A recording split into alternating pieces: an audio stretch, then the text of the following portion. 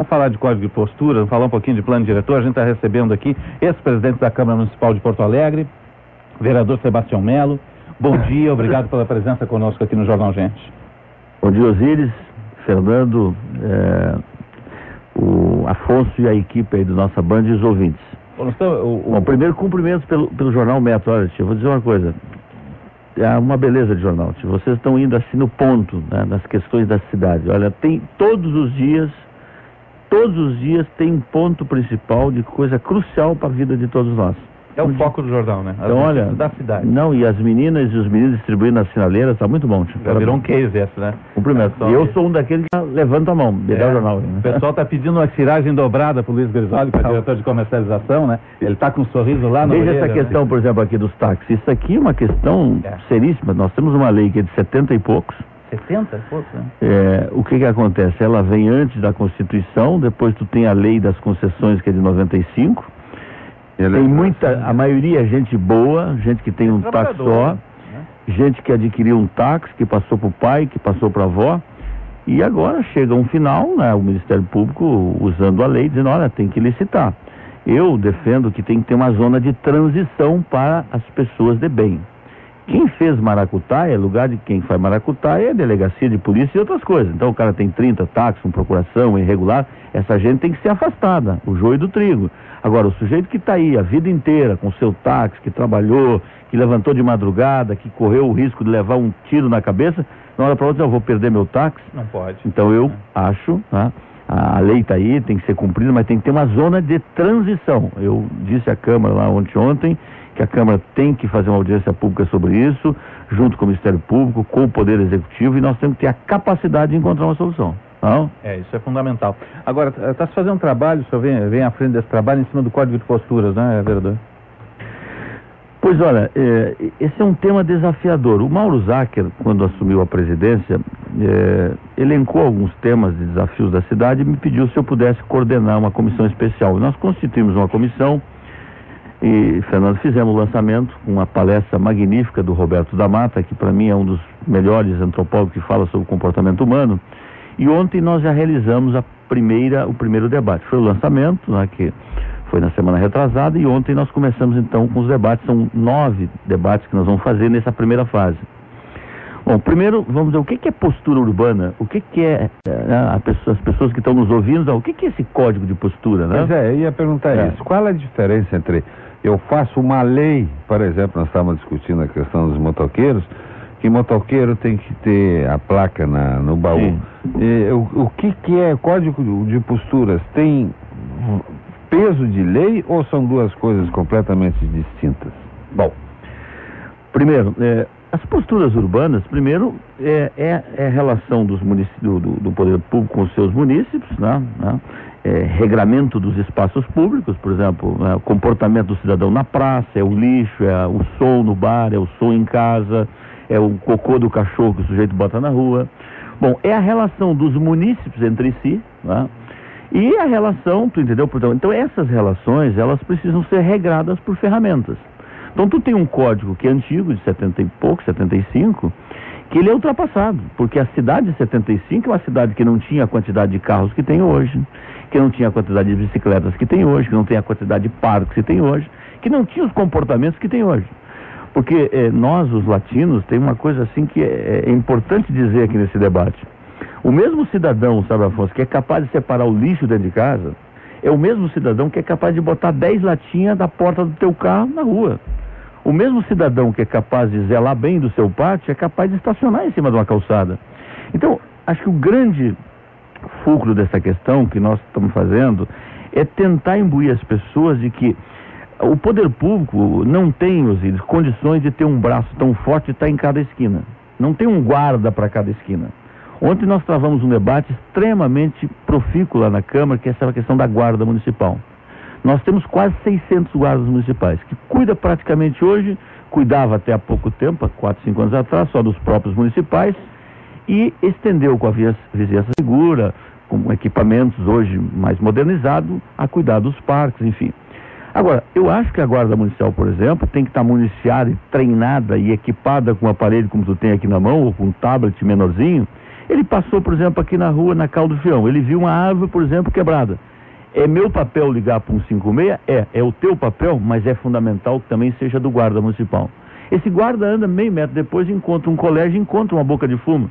É papel da guarda municipal não atacar a boca de fumo, porque ele não está preparado para isso. Mas ele tem um link com a brigada militar para dizer, olha, aqui nesse local tem um problema de boca de fumo. Isso aí é uma coisa mais do que sensata, né? Mas isso hoje não acontece. Então eu diria que discutir postura... Gostei muito, só deixa eu fazer um pequeno parênteses, gostei muito quando o senhor falou de coisas assim pequenas que acontecem inclusive do ponto de vista estético. Eu sempre achei que Porto Alegre não cuidava muito das suas... uma esquina de rua, aquela calçada, que ela seja realmente bem ajustada, entende? E não mal ajustada. Ou então, enfim, dessas coisas pequenas que o senhor estava falando. Como é possível fazer com que isso chegue, digamos, se resolva? O prefeito, inclusive, não sei se isso continua em pé, tem um grupo de pessoas voluntárias para cuidar da estética da cidade. Mas isso também pertence ao Código de Postura? Claro, tudo a ver. Então, vamos voltar aqui o que pretendemos fazer para a população, como ela pode contribuir. Primeiro, nós estamos compilando as leis existentes. Tem o Código de Postura e depois adveio, ao longo desses 30 anos, algumas dezenas de leis específicas. Lei da limpeza urbana, lei do meio ambiente, lei do bem-estar animal. Então nós estamos juntando todas essas leis para saber quais os conflitos existentes. Bom, a partir dessas leis é que nós vamos fazer as alterações. E eu vou dar alguns exemplos. Por exemplo, tu acha razoável que o sujeito bota lixo na rua e a multa dele seja 3, 4 pila? Claro que não. Eu acho que o sujeito que bota lixo na rua e fosse pego botando lixo na rua, tinha que ter uma multa que sentisse no bolso. A mesma coisa que o caçambeiro que chega ali e vai lá e descarrega a caçamba, porque, eu vou alegar porque não tem um depósito de inerte na cidade. Bom, então o poder público que resolva isso com a iniciativa privada, porque depósito de inerte é de responsabilidade de quem produz da construção civil. Então o Brasil não falta leis, o que falta é cumprimento de leis. Aí é que está, vereador. Não faltam leis. Me desculpe, se leis resolverem o problema do Brasil, nós temos a Suíça do mundo. E tem mais uma. Eu acho até que tem lei demais. Né? Lei demais. Existem algumas redundantes, inclusive, né? Vem aquela velha história que a gente sempre bronqueia aqui. Passa uma lei totalmente inconstitucional, passa pela Comissão de Justiça, me dizem que às vezes o vereador é informado, mesmo assim ele vai adiante, porque ele dá algum ibope. Não foi na sua gestão que se iniciou uma limpeza de todo o arcabouço legal do município? Onde é que está? A comissão continua? Deixa eu lhe dizer o seguinte, nós temos aí uma quantidade de leis que são inúteis para a cidade, leis inconstitucionais, leis autorizativas. Então, quais os avanços que nós tivemos até agora? Quando eu assumi a Câmara em 2008, nós fizemos Fogaça, fui ao encontro dele, ele nomeou o procurador-geral com a sua equipe, junto com a Procuradoria da Câmara, e nós fizemos o seguinte, esse grupo começou a trabalhar. Primeiro, acabar com as leis autorizativas. O que é uma lei autorizativa? É aquela lei que não vale nada, porque o autoriza o prefeito. Por lei. Eu vou te dar por definição. Eu vou te dar um exemplo.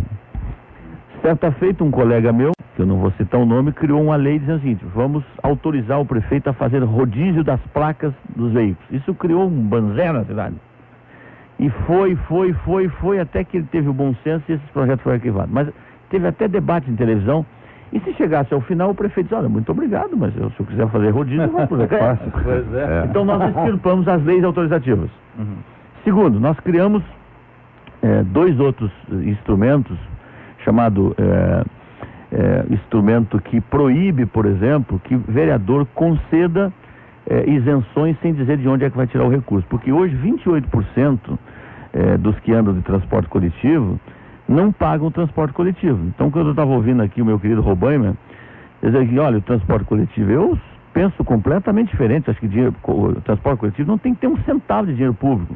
Agora, eu tenho que diminuir isenções para quem não deve ter isenções e tem que tirar, sim, sem dúvida alguma, os impostos daquilo que são insumos do transporte coletivo para diminuir. Então, se 28% não paga, eu tenho uma passagem 28% mais cara. Então, nós tiramos da lei, essa lei, que hoje o vereador não pode mais apresentar uma lei dizendo o seguinte: eu concedo aos que têm 65 anos e meio isenção e que têm cabelo branco. Claro. Isso não dá mais para fazer. Então, acho que há um... Essa me serviria. Não, há um processo. Segundo, também na nossa gestão, nós retiramos do plenário a aprovação de nome de rua. Olha, para quem não tem nome de rua, cá para nós, é importante ter o nome de rua, mas eu não posso perder o tempo de um plenário que tem que estar discutindo temas de alta relevância, discutindo nome de rua. Agora, se há um recurso que vem da comissão, porque aquele cidadão que está sendo homenageado, então eu diria, isso também. Agora, isso é um processo. Você sabe que no Brasil tem uma fúria legislante. O sujeito elege e acha que vai se reeleger pela quantidade de leis que ele produz. E chega na fila do protocolo lá. Isso é... Ele acha que, olha... Só um pouquinho, tem um chamado lá do Salgado Filho.